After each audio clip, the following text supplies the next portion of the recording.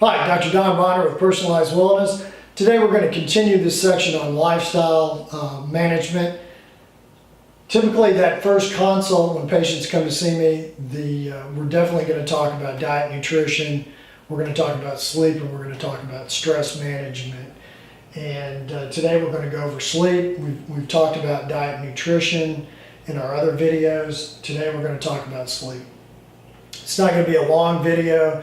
You can spend a long time talking about sleep. The main thing I want to get across today are the things that you can do on your own to help with your sleep. And the main thing is sleep hygiene. And again, we're going to go over that in just a second.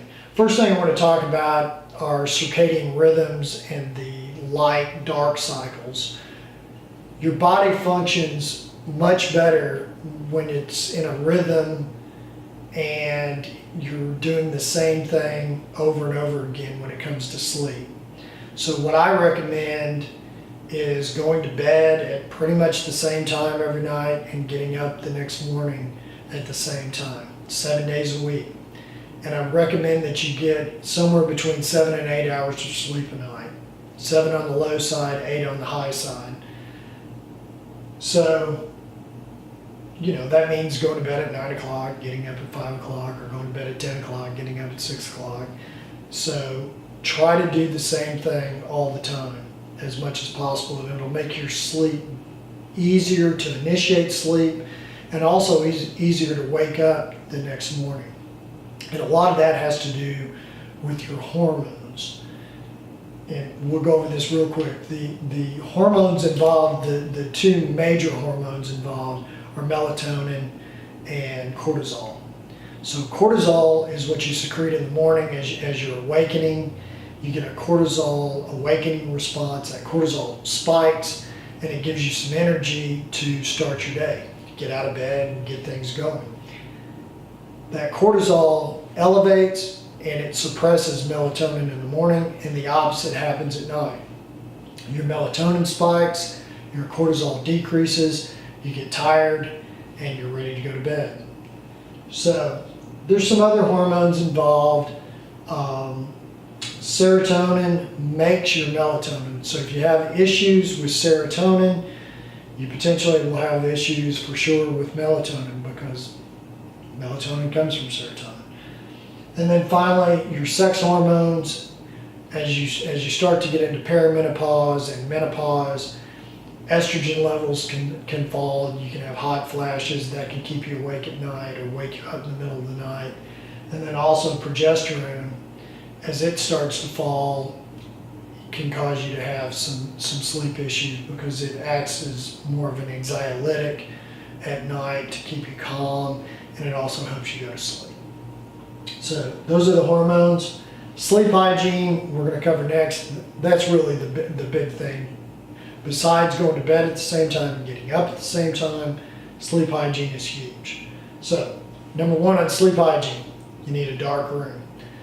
The room needs to be so dark you can barely see your hand in front of your face. So that's a dark room.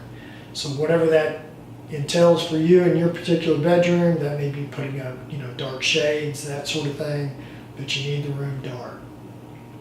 You need a large bed that's comfortable, so you have plenty of room to stretch out and not be bumping into each other at night.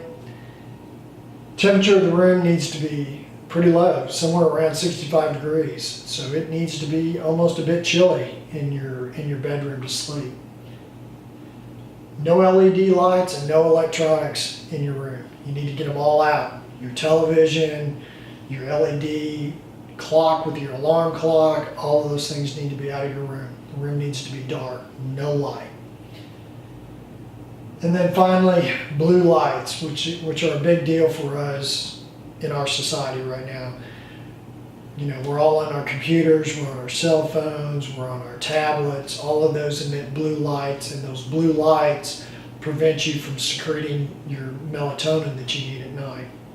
So either put the blockers on your computer, your tablet, those sorts of things, or wear the funny glasses so you're not getting exposed to those blue lights. Okay, finally, we'll talk supplements for just a second. We talked about melatonin. You can supplement with melatonin, obviously. I usually don't recommend that you take more than about 3 milligrams of melatonin at night, and max about 5 milligrams or so. You can take pharmagaba, works very well. It's an anxiolytic and it helps you calm down at night. If your cortisol levels are high and you've tested your cortisol levels, phosphatidylserine works really, really well to bring those cortisol levels down, because as we've said before, cortisol keeps you awake. So phosphatidylserine works very well. There's some teas that you can do that have valerian or chamomile and those sorts of things. They can be very calming also. That's about it. We need our sleep, folks. Let's get 7 or 8 hours of sleep a night.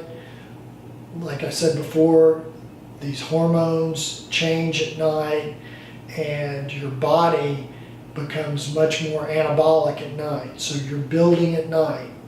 So all the things that you've done during the day are repaired for the most part in the evening. So we need that time for our metabolism to slow down and to allow our bodies to repair themselves. So give yourself time, 7 to 8 hours of sleep a night. Again, Dr. Don Bonner, and our next video we're going to talk about stress management, and that will conclude the lifestyle portion of our program. Tune in for the next video, and I appreciate you watching this one. Thank you.